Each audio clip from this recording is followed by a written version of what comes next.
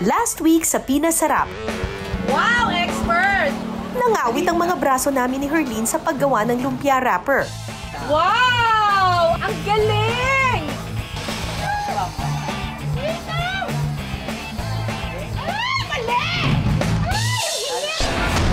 Hindi rin namin inurungan ang pagdedebone ng bangus.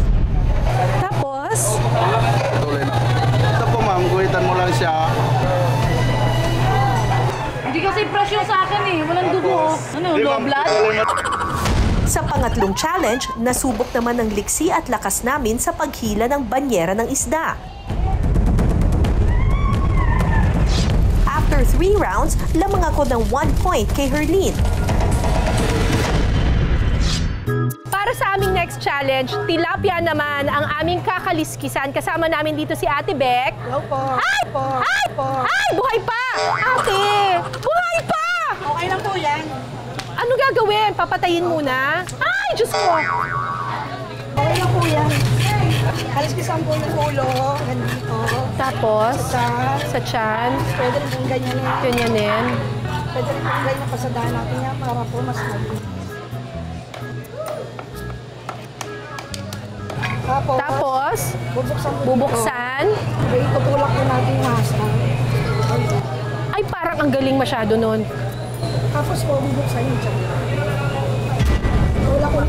Kayanin kaya namin ni Herlene na kaliskisan ang mga tilapyang ito? Round 4, simulan na! Hahawakan sa ulo.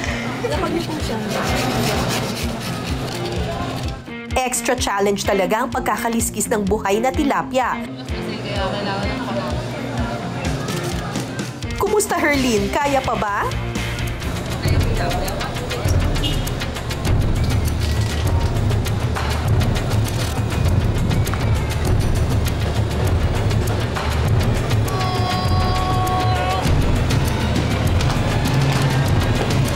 Patapos na sana kami sa paglilinis ng tilapia nang biglang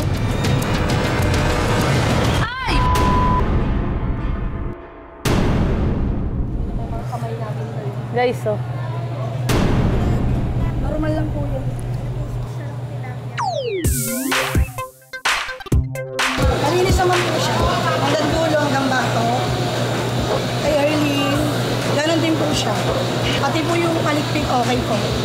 Parehas po silang malinis. Parehas tayo malinis. Walang patuloy sa pamilya. Kabila po. Alright! It's a tie! It's a tie! tie kami ni Herlene sa round 4. Gumaganda ang laban ah.